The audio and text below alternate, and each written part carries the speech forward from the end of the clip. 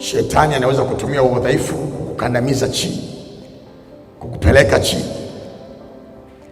lakini wewe endelea kusimama. Paulo anasema nilipo dhaifu ndipo nilipo na nguvu.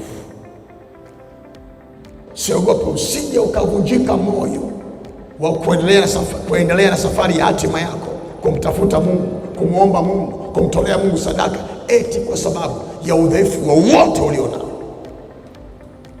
Mwambie Mungu, pamoja na udhaifu huu, lakini bado nitasimama na wewe, bado nitakutegemea wewe, nitakutumaini wewe, nitakutafuta wewe, nitakuita wewe mpaka nione hatima yangu. Waache watu wamtafute Mungu vyovyote walivyo. Acha wamtafute Mungu, acha wakimbilie msalabani. Usiache kutumia akili na maarifa unayopewa na Mungu katika kumtegemea Mungu ili uweze kushinda vita iliyo mbele yako.